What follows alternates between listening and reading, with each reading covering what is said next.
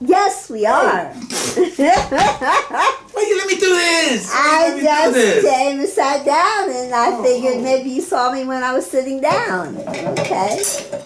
I never know what you're doing because you running around photographing butterflies and pieces of air floating through the air and sunlight slipping through the glass. Yeah. Anyway, here we are this evening. Yes, we are. Again. And I'm doing a continuation of reading from the book Los Angeles. Mm-hmm. And let me say this. Sort of a newer version of it, though.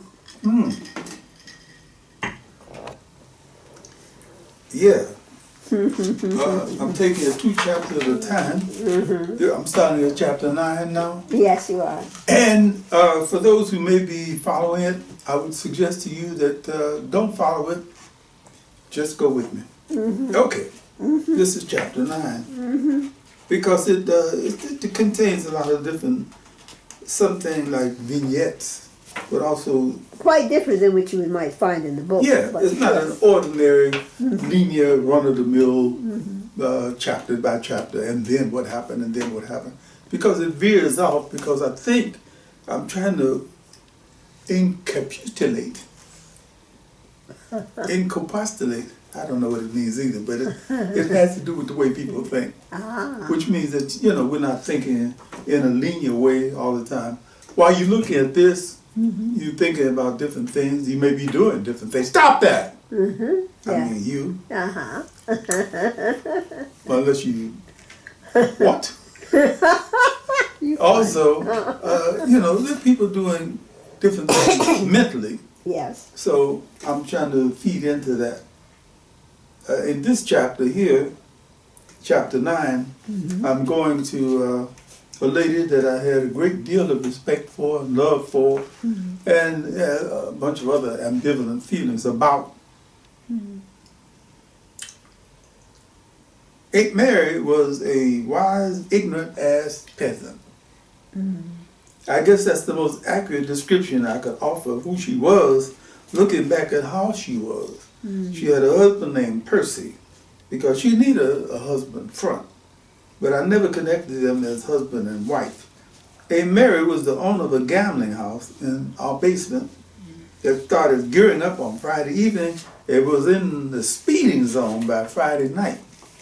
This went on till Sunday morning when she shooed away the last of the hard luck crap shooters so that she could change into her A.T. Tilley's Sunrise Baptist Church usherette uniform, complete with the spangled shingles on her shoulder. Yes. I think she was a captain of the usherettes, usherettes.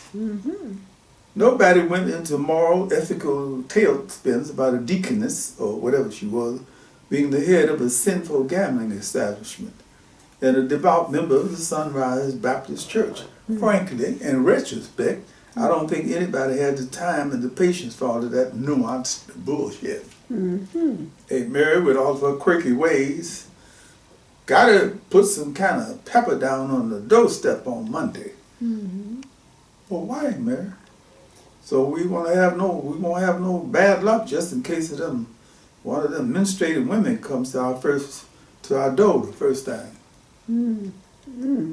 What's a menstruating woman, Aunt Mary? Shut your mouth, boy! You just too mannish for your own good. I must have been about 12 and becoming interested in everything. Yes, of course. Including non-menstruating women. Girls, I should say. Yes. Aunt Mary left me puzzled about many, many things. Things that I didn't begin to get serious answers about for a long time after I left the basement domain. Strangely, I found that a lot of the stuff that I had inwardly smirked at, that I had thought to be weird-ass ideas, gradually gained intellectual traction as I grew older. For example, she used to say, if you find out that you got 2 holes to jump into, one got a rattlesnake in it, and the other one got a white man in it, which one you gonna jump into? The rattlesnake hole, that's the one. You do not want to be caught in no hole with no white man. And Mamie on the south side used to say the same thing. One from Mississippi, the other from Arkansas. Maybe they had a intercultural exchange. Yes. When September came, I went to school. I don't know where my ace boom coon went, meaning Dickie. I felt real weird about that, about us not being together all the time. I sat in class day after day dreaming about what we've been doing if we had been in the alley. I didn't see him for the first week I went to school. After school at 3 o'clock, I tripped up and down the neighborhood looking for my friend, the only person who understood me. Who understood me. My friend. I know. Oh. You gotta have a friend who understands. Hey. You understood him. Mutual. It was mutual. Yes, Zola, Salena, I hear you, baby. It was mutual. What's it called? Depression, melancholia, the blues. I think that's about where I was when he popped off in behind an alley telephone post with a couple of picket fence swords for us to duel with. Aww. He screamed at me as he tossed my picket fence sword at me and allowed me to pick my sword up. Yes. We did our Aeroflin Basil Rathbone number up and down the alley for a few long minutes before we dissolved into happy to see you laughter. And that's where we worked it. I would get out of dull school and through this alley on the way to the basement, ignoring random rats on the lookout for my private ambusher, Dickie. How nice. He always managed to succeed in his ambushes if I was prepared to defend myself against him when he jumped out from telephone post number 3. He would raise the hair up on the back of my head by jumping out from behind number 1. Ah! He screamed. I'll never know why his vocal stuff scared the shit out of me so badly, but it did every time. I felt like someone who had no real defense against an attack that went beyond sounds. He was just scaring me. Ah! But there were other elements at play. The first time it happened was when he ambushed me and we had done our sword fight. And then he picked up one of the racist, stupid-ass books that we were required to be acquainted with at the time, I should say indoctrinated with, and started giving his pantomime version of what was in the book, what the story was about. I was mesmerized by what he did.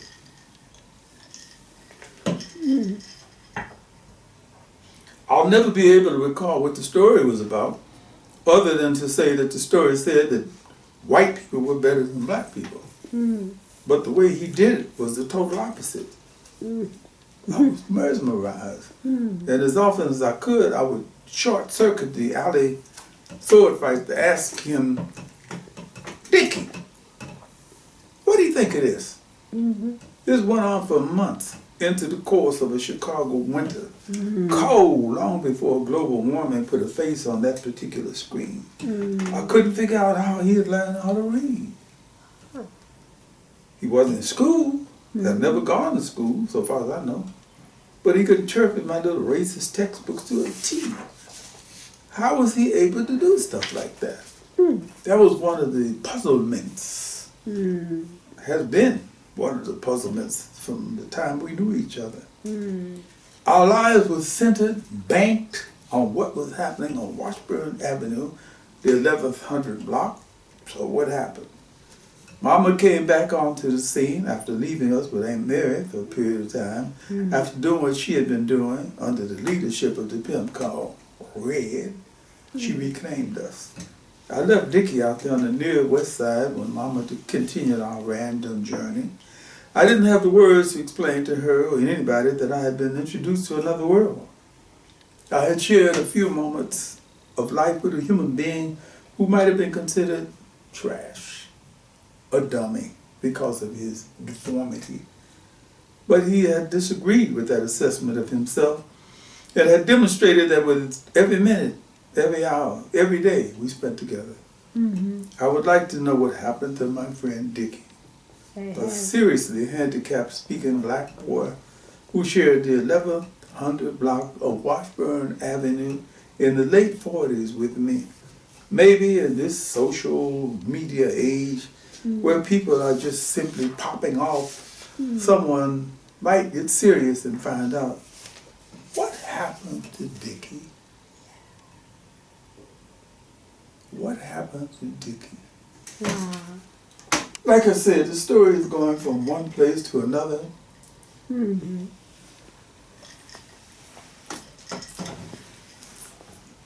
one vignette to another. This particular vignette, vignette within the chapter is called The African Americans. The African Americans. Oh, let me put my sword down. See you later, Dickie.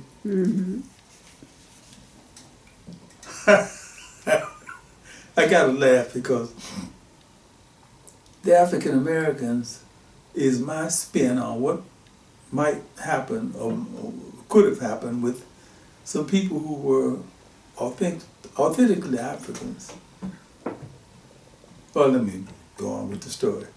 Daniel and Margareta Milan sat at the table of their spacious kitchen in their Hyde Park, Chicago apartment, sipping Courvoisier cognac, reviewing the past 5 years of their lives as African Americans.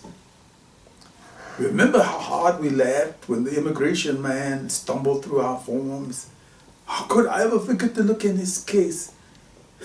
I suppose you folks do understand you will be documented as Africans from this point onward. What else could we be called, sir? After all, we are Africans. And when the processing is completed, we'll be African Americans. But you're white people, he said. Remember? Never will forget it. They took sips of their cognac.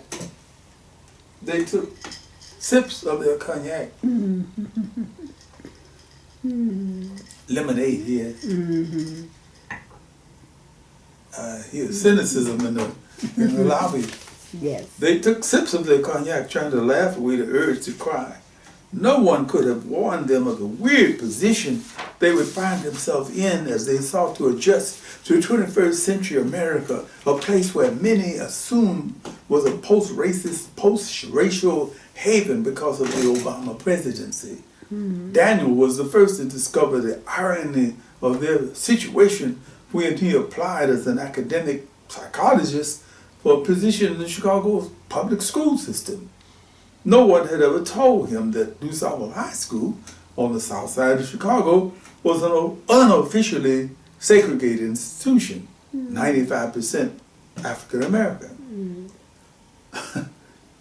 Mr. Milan, we have reviewed your resume very carefully, and to be quite honest with you, we find your qualifications to be excellent, if not superior. But there's one discrepancy that we considered fraudulent. Beg your pardon, sir? Right here, on line 15, where it asks for your racial identification, you've stated African. But, Mr. Norris, I'm an African. Sorry, Mr. Milan. I think it would be counterproductive for us to continue this discussion. Good afternoon, Mr. Milan. Margareta Milan faced a similar obstacle in her attempt to be hired as an art teacher at the prestigious small college in the northeastern suburb of Wisconsin.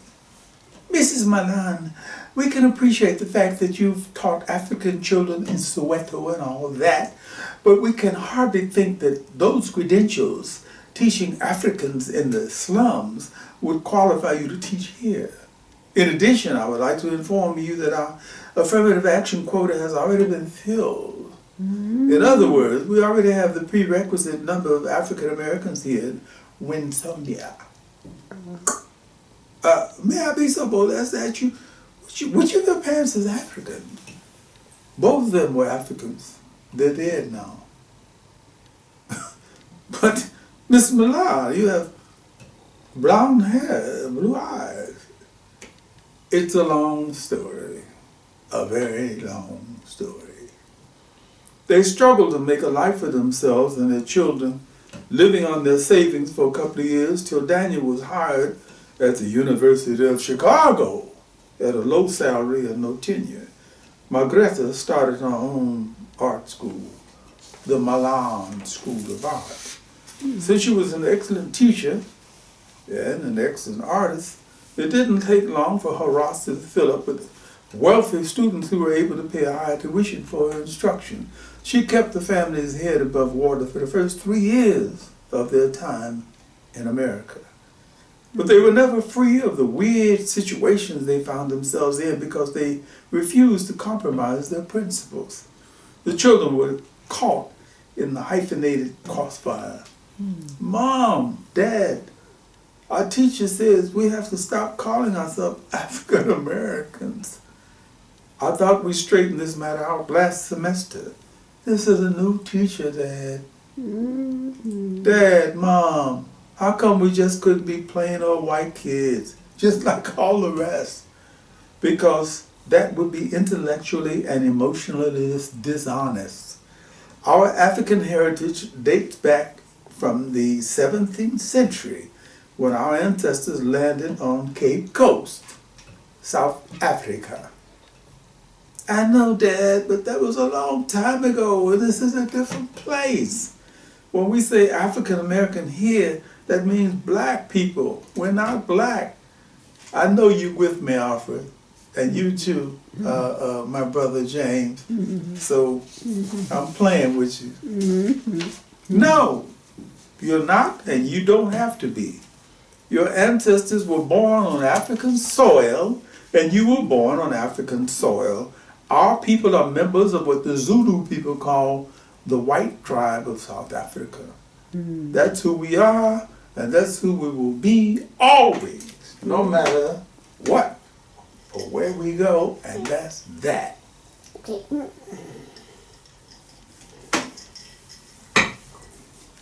Daniel Milan. We didn't want to leave our home, to leave South Africa. We really agonized about the decision to immigrate to America. But after Mandela's death, we felt we had to leave. We felt that Mandela's legacy was unraveling, that the status quo was reestablishing itself. The people of South Africa were being cheated out of a decent life by the corporations, by the fat cats, many of them black now. Crime was escalating. As a psychologist, I clearly understood what that was about. Under apartheid, a system that was put into effect, incidentally, by my great-grandfather's so-called law, was simply ruled by the police. Once the African victims of apartheid were given some degree of freedom, they felt that they had a perfect right to take what they had been denied under apartheid. We would be sympathetic to their feelings, but we refused to be perpetual victims of the circumstances. Our children were in danger. Margrethe, we have to leave South Africa. I know, Daniel, I know. Margrethe Milan. We absolutely adored Mandela, adored him. We loved the strength of vision that he showed after so many years of being unjustly imprisoned. But things changed after he died. It was like a big hole had been torn in the social fabric of South Africa. I couldn't teach art in Soweto anymore because I would have been raped and maybe murdered. But more than anything else, we feared for our children. We could easily see what the brutality of apartheid had done to the oppressed. The crime rate, murder rate in Johannesburg, where we lived, shot straight up. The country that Madiba had envisioned stopped dead in its tracks.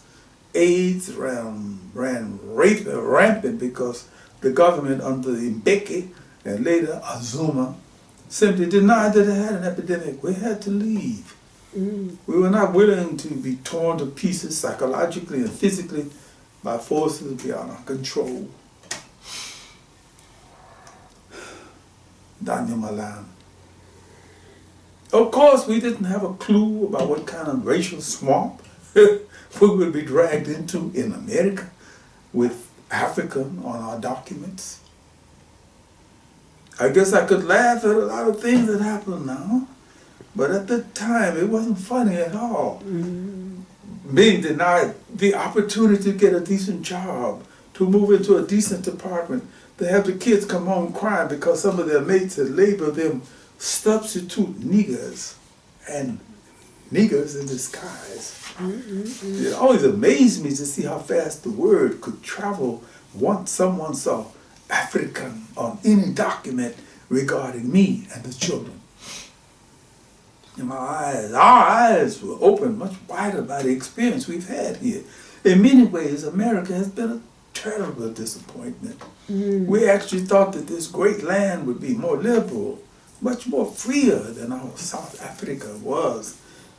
Well, in some ways this is, but in other ways it isn't. I think it was the incredible complexities of the racial DNA, for want of a better word, that forced us to return to South Africa, to our home. Margrethe and Malan. The children fought with us about returning to South Africa. Daniel Malan Jr. Oh yes, we fought. It was a losing battle from the very beginning. I was 12 and Sophia was 11 when Mom and Dad decided that we should return to South Africa. What could we say to them other than that we loved living in America? America had space, plenty of room for everything, for everybody. South Africa, by contrast, seemed tight and narrow. Even though apartheid was officially dead, the separation of the races was still a fact. In America, we had black friends, Asian friends, poor friends, rich friends. The social lines were not as rigidly set as they were in South Africa. We did not want to go back home. Sophia Malan, the sister, we did everything we could do to try to persuade Mom and Dad not to go back.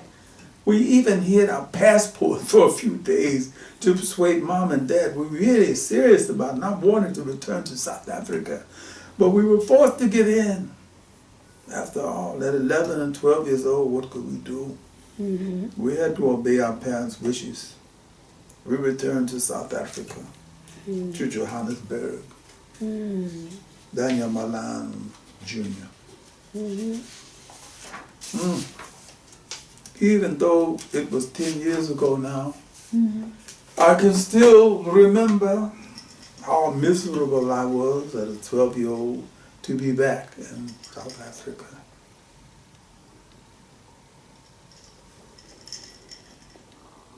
Apartheid was officially over, but the separation of the races was a fact of daily life. We were at the top of the heap because we were blancas. But that didn't make us feel superior. Aside from everything else, the word was out that the grandchildren of Daniel Malan Sr. and Hendrik Verwoerd, the evil devils who invented the apartheid system, were back. Let me repeat that. Aside from everything else, the word was out that the grandchildren of Daniel Malan Sr. and Hendrik Verwoerd, the evil devils who invented the apartheid system, were back. Us. We had nothing to do with determining who our parents and their parents were, but in South Africa, we were considered descendants of the evil devils. Chapter 10. Sophia, the daughter. I was 18 years old when Vusi and I fell in love. Vusi Masekela was the son of a associate chief, and I was the granddaughter of Hendrik Verwoerd, one of the architects of the dirty, rotten apartheid system. We had to leave South Africa or be suffocated by bad vibes from every side. Where else could we go? America, of course. This time, it was for good. Daniel Malan Jr. No need to be jolly around about it. I think Mom and Dad knew I was homosexual or gay before I knew it. Well, they were in denial about me, about a whole bunch of stuff. They considered themselves enlightened boys. But they were struck dumb by Sophia's marriage to Vusi Masukela. My God, with so many sons of really prominent families, why would she have to run off with a black? But Dad, Mom, he's the son of a chief. Come on, Danny. What the hell is an African chief with a black man with a leopard skin draped over his shoulders? They were struck dumb by Sophia's choice and struck dumb when I introduced them to Philip, the man I wanted to marry. Mm-hmm. I can pull off the scene on any screen of my mind at the flick of an eyelash. Mm-hmm. Mom, Dad, this is Philip Chambers, the man I love and plan to marry. Mm-hmm. They looked as though the blood had been sucked out of their faces. Mm-hmm. My father growled like a wild animal. Mm-hmm. I didn't recognize him. It is unnatural, beastly for a man to sleep with a man. Haven't you read your Bible? Did we teach you to have these unnatural desires? We had to leave. There was nothing we could discuss with them. Their enlightened Boer minds were closed. Mm. Sophia Masekela. A year after we left South Africa, Daniel followed with Philip. We can't live in South Africa any longer. Shortly after we settled back in Chicago, the city that Daniel and I knew best, we received a telegram from Aunt Doris telling us that Dad had committed suicide. Ooh. Daniel and I got together to debate whether or not we should go to Dad's funeral. Daniel was bitter. Sophia, I loved her father. I didn't love that man who committed suicide. I'm not going. I agreed with him. We grieved at his death because we loved Dad, but we couldn't allow our grief to make us feel guilty about his death. Daniel Malan Jr. It was predictable. 4 short months after Dad's suicide, Mom died. Oh. The official medical reason given was heart attack. We felt that it was a mistake to list her death that way. She died from a broken heart. Mm. We, me and Daniel, went to the funeral. We felt obligated emotionally to do that. Mm-hmm. It was a mean, bitter scene. Members of her family, the Pharaohs, the hard, die-hard apartheid people hated us for being there. Nasty things were said about us at Mom's graveside. Nigger lover, freaks, beasts. Mm. We didn't remain longer than necessary after she was buried. On the plane back to Chicago, Daniel said something that really stuck in my brain. Now we can go back and live our African-American lives without any strings attached. Well, let's see what we see.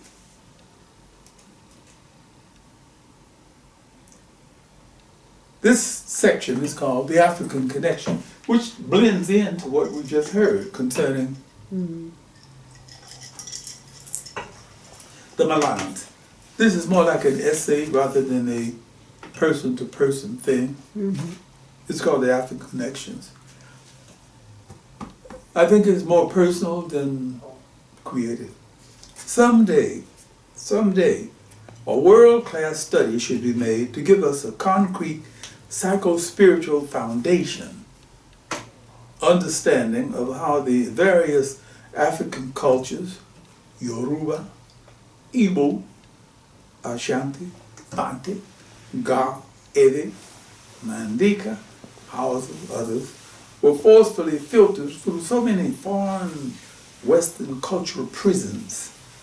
British, Scotch, Irish, Welsh, Anglo, Saxon, Portuguese, Spanish, French, Dutch, Danish, German, during the peak of the Pan-African Holocaust, and yet managed to retain their African cores. One of the cores we might be called the melanin factor. Mm-hmm. no matter how well we speak English, French, Portuguese, Dutch, whatever, we are always aware that our ancestors, we're always aware that our various shades of darkness stem from a common ancestral background. Dark skins are not a European legacy. Dr. Oscar Obako of the University of Ghana, Legon, suggests that African spirituality is another core. There are many persons, both African and non-African, who would dispute what I'm saying, but I will continue to say it anyway. I feel that the African sense of the spiritual is largely responsible for the African survivors of the Pan-African Holocaust. How else could one possibly survive chattel slavery, animal slavery, for centuries? The African Holocaust is of such magnitude that it is immeasurable. How many were actually enslaved? How many died during the Middle Passage? Every word is a fight against racial imperialism. How many were worked to death? We will never know. What we do know is that those who were enslaved have survived, and many are thriving incredibly after these ordeals. They were able to survive and hold on to their soul by appealing to one of the deepest fountains of spirituality in the world, African spirituality. I would definitely have to thank the religion with the Tibetan sense of spirituality. My English, you know. In all of the places where our people were enslaved, we held onto spiritual forces that gave us the will and strength to endure the unendurable. Christianity and Islam used their books to validate their crimes against our humanity. The religion never sought to justify chattel slavery and offers ways out if we paid attention to their messages. Spiritual email, if you will. Candomblé, Macumba, Brazil. Santeria, Lucumi in Cuba. Shango in Trinidad, Venezuela, Colombia. Obea, Oko in Jamaica, Barbados. Boudou in Haiti. And what I call a master stroke of African American PR, the religion in the U.S. of America. This African sense of spirituality co-opted the meaning Christianity that was spoon-fed to us. Islam has been harder to escape from because of its traditional fluidity. Now, I'm not talking about ISIS and the fundamentalists, but traditional Islam. I'm not speaking about the fundamentalists because they are the Protestants of Islam and negative Protestants at that. We took what they forced on us and made something else out of it. Despite this knowledge of being from the same mother, complete with the same vibes that Dr. Opoku speaks about, many people of African descent have weirdly stereotyped ideas about each other, brokered by the usual suspects. But still, Jamaicans are clannish and stingy. Brazilians. Brazil has the largest concentration of African people in the world outside of Nigeria. Love to party too much. That's why they're so behind. That's why they're so far behind. Haitians are governed by superstition. Africans can't run their countries properly. African Americans can't get it together. And if you are of African descent and you read a little of Wole Soyinka, Osman Sembane, Dr. Francis Chris Welching, Shanua Chevy, Langston Hughes, James Baldwin, Maya Angelou, Toni Morrison, or whoever is doing the current reality check, you will understand that racism, as predicted by W.E.B. Du Bois, is the steel veil of the 21st century. And it doesn't look as though it will be lifted in the 22nd century. And if you read in the daily newspapers, you are aware of the threats posed by global manifestations of racism, economic neocolonialism in Africa, the rise of the right in Europe and America, and violence everywhere. We will, of course, overcome neo-racism in much the same way that we overcame the old racism by all the means at our disposal. Our ability to fight a common problem, racism, will be made stronger if we did two simple interwoven things. Preaching now. Continental Africans must become more aggressive in their altruistic appeals or alliances to Africans in the diaspora. I just recently saw a show the other day about Africans in London, in England, bugging Lloyds of London, the same way the insurance companies here made their money insuring slave ships, ships. No African country has ever opened a ministry of the diaspora. Even Jamaica calls, come on, man, come on. Why not Ghana, Nigeria, Angola? I know you need us. Creole Africans, that is to say, Africans in the diaspora, must be made to understand that Africa is a barometer for our self-esteem. If we are of African descent and we don't take pride in that fact, who will? Who should? I must say, Black Lives Matter take recognition of that. It is enough that we should celebrate Kwanzaa and swat ourselves in Kindercraft every February. Huh? Only February? Excuse me? We must look at Africa as a place to invest time, thought, study, energy, and money. The rewards on both sides will be immeasurable. We definitely need to make a greater effort to have the kinds of cultural exchanges that reinforce the bonds of heritage, rather than continue to feed on the negative mindsets that many of us harbor, the us-them syndrome. Mr. Ralph Vernon of Compton, California, has suggested that it would be a bad idea to have at least 2 African daughters-in-law. And the same with every African-American family. Sadly, he admits it might be a bit more difficult to persuade many African-Americans to move to Accra, Freetown, or Lagos. African schools beginning at the primary level should have mandatory African-American Caribbean Studies departments. I know this from having taught school in Ghana at the Accra Girls Secondary School, where they had no idea where the diaspora took them. And I said them, and they said, no, you. And I said, no, I'm from you. That makes us. Confusing, is it? I'm sorry, I didn't hear you. Confusing, is it? To some people. While teaching a creative writing class at the Accra Girls Secondary School in Accra, Ghana, I asked my students, what do you know about African Americans? I assumed they knew something beyond Michael Jackson and Michael Jordan. They didn't know, as reflected on their innocent, puzzled faces.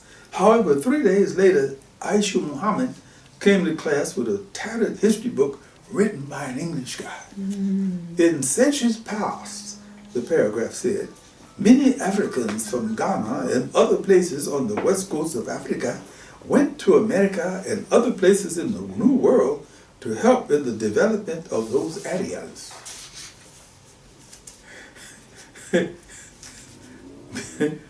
Miss, say, okay. Well, that was the end of that. I'm just going to end that there because that's where it ends. And you see what it all is. Yes, unfortunately they didn't say anything about it being help with in chains and whips, but whatever. Well, labor camps, you know, if you could actually whitewash the ideas of people being transported to labor camps. My Jewish friend, I won't say his name because it might embarrass him.